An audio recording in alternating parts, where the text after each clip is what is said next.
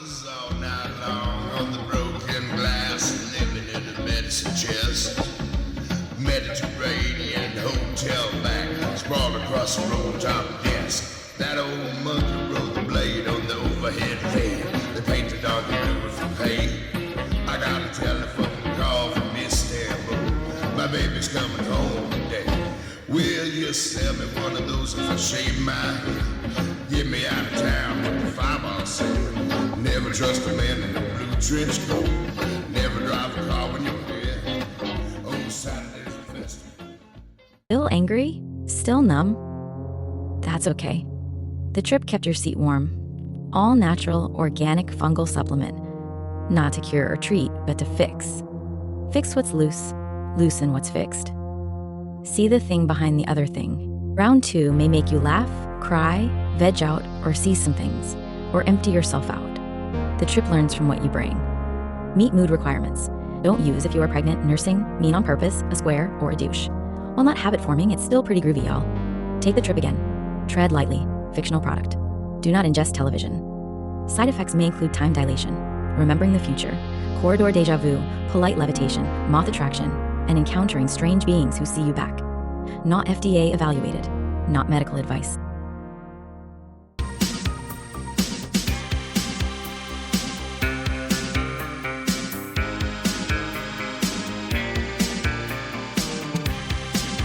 This is Darkest Hours with your host, Zach Zombie.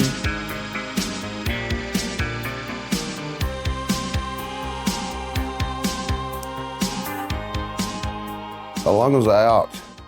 Why do I remember all this new shit? Why would y'all make me remember that? I feel very different. I guess they wrung a little bit more information out of what was left of my gray matter. I'll tell you all about that story another time. I'm Zach. This is Darkest Hours. I'd like to tell you that tonight will be succinct, but I'd be full of shit. No need rattling on for a half hour about stuff I've already said into the void. Some of you are hard of hearing, and I don't have a lot of reach. Furthermore, some of you can hear, but you're not too keen on the listening part. Consider this the captions turned on in big white font over your denial. It hurts me that so many people want not for the improvement of their own lives, instead settling for the detriment of others. It hurts me that people want to hurt other people, and it hurts me even more that they're willing to hurt themselves to do so. Everybody needs to wise the fuck up and quickly. At the risk of being evergreen, let's hit a few headlines before they curdle. Item 1, the shutdown circus. The White House is out here hinting at layoffs if talks keep going nowhere. That's the official phrase, like we're all trapped in a GPS rerouting loop to nowhere, USA. Meanwhile, funds have already been frozen in ways that look a lot like punishing blue states because nothing says limited government like holding the extinguisher hostage during a house fire. If you're keeping score at home, that's jobs as bargaining chips, citizens as leverage, and governance as performance art. Item 2, the Supreme Court just greenlit yanking temporary protective status for Venezuelans. Temporary apparently means temporary until it's politically useful to make it more temporary. People who built their lives here get told the scaffolding was a mirage and the exit is that way. Good luck with the collapse back home. Even defenders of the move won't watch the human consequences montage. They'll just complain the music is manipulative. Item 3. California says it's suing over the cross-state National Guard shuffleboard. Troops slid into Portland after a court fight over federalization. Nothing like militarizing municipal vibes to prove you're tough on vibes. It's federalism speedrunning its own tutorial. States' rights until the state is the wrong one. Item 4, Ukraine. Russia lobbed a sky full of drones and missiles at power infrastructure again, killing civilians and knocking out electricity across multiple regions. We keep pretending energy grids are neutral until someone turns them into a weapon with a better press release. They say industrial targets. The rebel disagrees. Item 5, Gaza. Negotiators have indirect talks and possible hostage for prisoners exchange. But today's body counts refuse to wait politely for a press conference. That's the split screen, negotiations on one side, funerals on the other. If you want to measure a civilization, count how many times it says soon while people are dying now. Here's the through line, kids. Every one of these stories is about choosing subtraction over addition. Starve the government so it starves you. Deport the neighbors so you can feel taller. Flex the troops so the mayor looks smaller. Black out a city so a war looks stronger. Promise peace tomorrow while sharpening shrapnel today. We built an economy of detriment and we tithe to it with our attention. Doom scrolling is a parasocial tithe. Drop your empathy in the plate. Get a receipt for outrage and go home morally exhausted but functionally unchanged. So here's the succinct sermon. Don't outsource your conscience to the feed. Don't rent your brain to a tribe whose only product is enemies. Don't confuse being busy with being useful. If you must pick a team, pick the one that builds something. Schools, clinics, unions, art, a fence, a bench you can sit on with your neighbor while drinking terrible coffee. Choose addition. Subtraction is already fully funded. And now for another fun story. I was at a college house party once. Not my college, not my house, not my party. I barely knew anybody. Just needed to be out of my own house or my own head. Figured, what's the worst that could happen? I get a free drunk on some rich punk's daddy's dime. Sounded tits. Turns out the worst that could happen that night was walking into the bathroom and seeing a grown man, actively losing a battle with his body. He had been afflicted with self-induced brown bottle flu. It appeared that he'd been overzealous in his self-medication. He had betrayed his body, and it cometh to deliver his receipt. He's on the toilet, pants down, completely blackout, just dead-eyed, besides glimpses of lucidity, like he was buffering. Then, without warning, he suddenly leans forward and throws up, right onto his own shirt. Just a small stream. And for the first time, he makes eye contact with me. And he was making an expression as if to say, I got this. And then he does the old stomach virus flip-flop. He stands up, still bare-assed, to lean over the toilet and finish the upper job. And that's when it happens. With every heave, his ass just let go. The dump he had come in there to originally take was hitting the floor at high velocity. He starts shitting on the floor as he pukes. He's having a proper shit vomit. Like full-on bipartisan evacuation. The man became slip hazard incarnate. He didn't even notice me, just kept purging out both ends like a busted water park ride. I saw a man dissolving in real time, and I left immediately. I didn't say bye. I was no stranger to Irish goodbyes, and to be fair, I had technically committed an Irish hello. I didn't take a road beer. I just vanished. Because, for me at least, once you see someone poop on the floor, the party is over. I think that's a much more effective punctuation than any fat lady singing, unless she was also pooping on the floor. Sports. How about that shit? It's the grand distraction. The altar where people sacrifice their time, their money, and their brain cells so billionaires can keep cashing checks. Whole towns wrap their identities in jerseys. Whole families plan their lives around schedules, and if you don't play along, you're the outcast, the heretic, the one who just doesn't get it. But I do get it. I just don't give a damn. Because what you're cheering for, it's just another pseudo-religious distraction, just another flavor of opioid for the masses. Football season's here again. I played football in high school, which means I willingly joined an institution where grown men in cargo shorts with dip-stained mouths could scream at minors in the name of tradition. You want to understand America? Picture a 16-year-old doing wind sprints until he pukes, while a man named Coach First Name yells, "Pain is temporary, state is forever." Football is the loudest hymn in that rotten church. I smash my body to pieces for it. What do I have to show? A knee that pops like a can of biscuits? My brain bouncing around inside my skull, screws drilled into bone to hold the rest together, teeth knocked out, those don't grow back. People say you learn discipline, teamwork, brotherhood. What I learned is how much pain it takes to make somebody else some money. We won the highest title you can get without actually getting paid, and all I got was a ring I won't wear because, why? My dad kept it, probably because he knew I'd pawn it. The school didn't care about my GPA, my trauma, or whatever was left of my inner child, as long as I could run full speed into another kid for regional dominance and the income the school got. Because the Department of Education stays underfunded while the football program stays mysteriously overallocated. Funny how the boosters never forget their checkbooks. I lost my ACL and my meniscus. I lost summers to morning weight training and two-a-days so I could get screamed at for not squatting my body weight plus a truck axle. I was forced to gain weight, but still had to run fast. Don't you want a scholarship? No, I wanted to see how my life would have been like without all these fucking concussions. Besides, I knew I wasn't good enough for college ball. I was barely worth my salt in high school. If I could quantify what football taught me, it would be a net negative.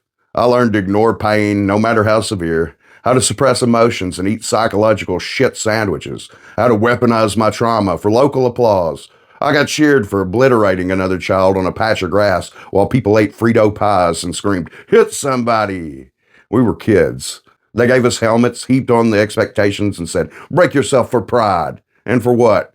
To usually go 8-6 and lose the first round of the state tournament? I ask again, for what? A goddamn ball game? And if football is the soft war with school colors, MMA is the hard war with better lighting. They call it art and discipline. I call it a cage where scumbags beat the shit out of each other while the bald promoter shitbag collects his money.